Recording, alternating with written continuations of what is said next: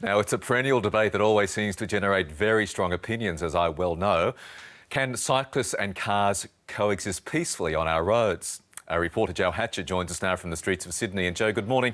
These tensions between cyclists and motorists are always pretty acute, but they're particularly acute on busy streets such as those around Sydney, aren't they?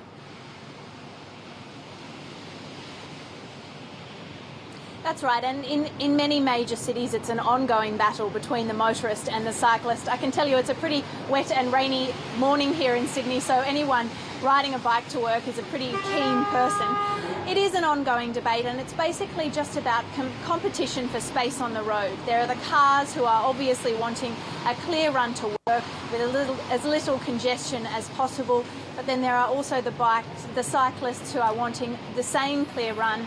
And there are also the pedestrians, and then there's also street parking. So just a lot of competition for what is a little amount of road space in major cities, particularly here in Sydney. We'll be speaking a bit later in the program to Michael O'Reilly. He's the cycling correspondent for Fairfax Media. What a great job he's got for starters. But he has written a very provocative piece saying that cyclists are getting a bad rap and turning the pressure on motorists, arguing that there are really more stupid motorists on the roads than there are cyclists. Yeah, that's right. I will be speaking to Michael O'Reilly next hour. I've spoken to one cyclist here this morning. He said that both parties in this debate are to blame. He said that he rides a bike to work every morning and utilises the cycle lanes that are here in Sydney. But he says that many cyclists don't obey some of the rules here on the road. So they stick to the cycle paths when it suits them, but often there are particular stop signs just for cyclists, and often they cross onto the road to avoid those red lights.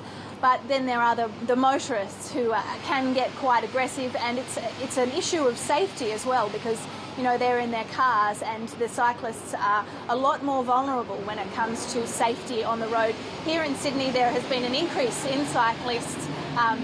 Over the last year or so, there's been about a 13% increase in people cycling. That's according to Sydney Council figures. And there are bike lanes already in existence, although there's been a slowing of creation of bike lanes over the last year or so. There are plans with the New South Wales government to put in more cycle routes, but they're still yet to be seen, and there are still a lot of gaps in the cycle routes across the city, which is causing this competition in the road between motorists and cyclists. Yeah, and the same certainly applies to other big cities like Melbourne and Brisbane. Now, of course, we're talking about road safety threats, and we can't ignore the very visually distracting threat posed by those so-called mammals, middle-aged men in Lycra. They can be very distracting on the roads, can't they? We've lost signal. Thanks very much, Joe. I was going to get her to answer that so I wouldn't have to... Thank goodness we lost signal. ...buy into it. You can't just go sledging blokes because they wear wear Well, I'm just saying. You were. I knew you were going to get yourself into trouble with this conversation. No. Some blokes wear Lycra better than other blokes. I, for one, look appalling in Lycra, which is why I never wear it, whereas other middle-aged men look fantastic in Lycra. But you're accusing them of being a distraction on the road. Well, some men... This is the issue? Some men shouldn't wear Lycra. Men of a certain age they cause and appearance. accidents because... No, I didn't say that. I just said they can be distracting. You're getting me into trouble. I've walked down this path before, and I have to say to all the cyclists... Like Vincy walks down the path. To all the cyclists out there, I have to say that I think there are a lot more idiot motorists on the road than there are cyclists. And I've noticed it's completely anecdotal, but I've found a big increase in the number of motorists tailgating, speeding along roads, doing well over 60, even well over 40 in school zones, really irresponsible motorists. Sure, there are silly cyclists who give all cyclists a bad name, but the number of silly motorists out there has, I think, risen exponentially over the last few years. That's just the Michael Rowland opinion of the streets where I drive. Virginia, what do you think? You think I'm an idiot? You think I'm going to buy into this one? You can just dig this hole all on your own. You've done a nice job there of ingratiating yourself with the bike riders, though. So those abusive emails shouldn't come flowing in. I'm completely objective, but I'm just saying that has been my personal experience. And listen, and I see more than my fair share of cyclists, as Joe says, doing the wrong thing, and they give all cyclists bad name, as do these motorists driving stupidly. They give all of us as motorists a bad name as well, because we as motorists never do anything wrong, do we, Virginia? Never, not a thing. We might move on. What do you think? I'm quite happy to talk about this for another 5 minutes, aren't you? No. Shortly, also this hour, we'll be investigating the always existent tensions between cars and bikes on our roads around the country. Michael O'Reilly, the cycling correspondent for Fairfax Media, has written a very provocative piece arguing that cyclists are getting a bad rap, and he makes the point that in his experiences there are many more bad motorists on the road than there are cyclists. So we'd like to get your views. Perhaps you're donning the Lycra yourself this morning, you're about to hop in your car. What's your daily experience on the roads? You're a frustrated motorist or an equally frustrated cyclist too? Now, we're looking at a couple of other topics this morning, cars versus bikes. It's an age-old issue. It causes lots of tensions on the roads in all of our cities every morning. In fact, you might be about to head off on your bike or hop in your car to drive to work this morning. Always tensions between bike users and motorists sharing the roads. And this is something we'll be looking at care of a pretty provocative article written by Michael Riley. He's the Fairfax cycling correspondent. He argues that cyclists have been getting a bad rap and essentially that state governments, he argues, aren't doing enough to promote things like cycle lanes and providing more space for cyclists. Isaac has written in, put the bike paths next to the footpaths, not on the road. I'm travelling in Europe right now and it works really well. There are a couple of those in Melbourne where the bike paths are right on the footpaths. It's odd actually. You've got footpath, bike path, parking, car parking, then the carriageway for the road. So a little bit odd. I mean, I think dooring is an issue for the passenger coming out. You need to be very aware that you've got potential cyclists coming along. But yeah, it's done in a few cities. Libby, bike lanes seem to be the answer to me. When you have cyclists zipping out in front of cars, it becomes dangerous. I'm also launching a bit of a campaign of our own here this morning against those mammals, those middle-aged men in Lycra.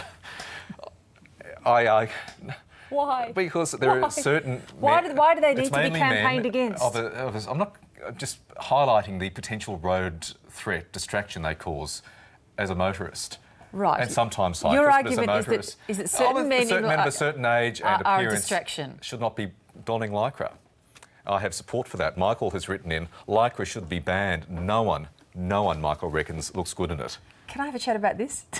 I reckon this is much more exciting. What do you think about Lycra? I don't have a view on men in Lycra. I think men and women should be able to wear whatever they want, whenever they want. Really? No, I agree about that, but I just think... I'm totally open-minded about clothing. Lycra. I don't understand politicians being beaten up for wearing budgie smugglers, and I don't understand other people being beaten up for wearing Lycra. I'm just saying there are certain sights on the road you can't unsee, OK?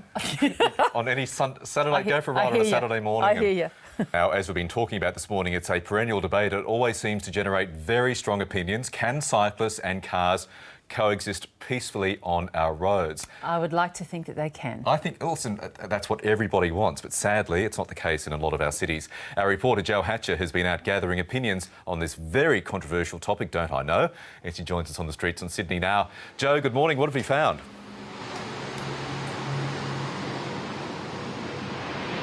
Well, it is obviously an ongoing debate, particularly in major cities such as Sydney, for the limited space on the road, the battle between the cyclist and the motorist, both wanting a clear run to work, both wanting a safe run to work. Michael O'Reilly writes a cycling-focused blog for Fairfax, and he joins me now. Michael, tell us about what you write and tell us about your experience as a keen cyclist yourself. Well, I've been writing this blog for a couple of years now, but my most recent one, it really seemed to resonate with a lot of people. And it was under the headline that if you're a cyclist, everything is always your fault. And not only the things you do, but the things any cyclists do. And I would often find I would come to work and somebody would come up to me and say, hey, a cyclist held me up for 15 seconds this morning. I was like, well, you know, I'm sorry. But how does that relate to me? Because you never go into the office and say to somebody, you know, I was driving to work and a pedestrian crossed the road and held me up, and you're a pedestrian, so you people, all of you, you're a menace and you should, you know, get out the way. I read in one of your blogs that you described some people thinking cyclists are a bunch of green voting, latte sipping, inner city trendoids with an overdeveloped sense of entitlement. Is that really how some people see cyclists? Look, I think a small percentage of people, and again in that blog I talked about two concepts. One is the concept of out-groups. So cyclists are a minority group, and a lot of times people define them in a certain way, and they create certain stereotypes around them. And then you start getting into confirmation bias, which is once you start thinking of a group in a certain way, that's the only thing you ever see. So when people come to me and say, hey, 3 weeks ago I saw somebody, going through a light or something like that, it's like you probably saw a lot of cyclists since then, but that's the incident that you really remembered. So obviously in this debate, both parties are at fault in many ways. How is it that we can separate the cyclists who do sometimes disobey the law and the people who generally obey the law? Look, I think there's a lot of bad behaviour on the roads in all regards. I think, I would like to see a lot less texting. Cyclists do wrong things, drivers do wrong things. I think the real thing is what people need to do is calm down. And I think the reason why there's this debate, I don't like to call it a war, because I would say that 99+% of people do the right thing. But I think the reason why there is this friction is because people are quite often frustrated with the roads. They're angry, they're trying to get to work. There's a lot of frustration. And we really shouldn't take it out on other road users, and especially vulnerable ones who can very easily be badly injured in a bad situation.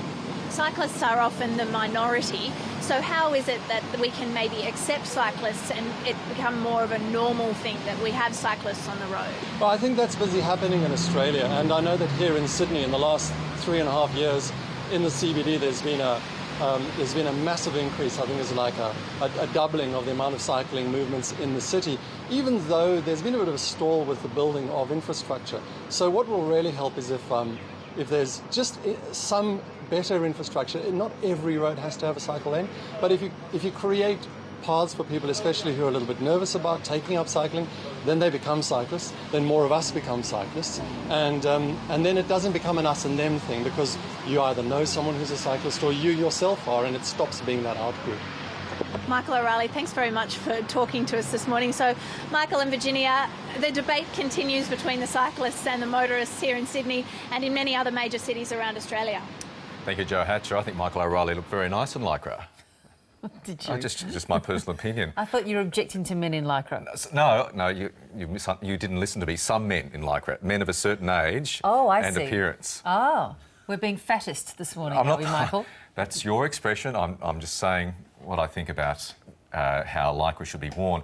By getting some comments coming in by certain people who look like who should not be wearing Lycra. Gary writes... Keep digging that hole, mate. Gary writes, hey, I'm an old fart in Lycra and love it. Lycra is essential for rider comfort, and here's the kicker. Gary says it looks good at the cafe too. Of course it does. It does. We've all that. seen the side of the mammals having like their post-ride cappuccino. Daniel Young nails it this morning. Daniel tweets directly to you. It's for comfort, you idiot. Get over it and talk about real issues. What a nice idea. Good morning, Sherelle. Good morning.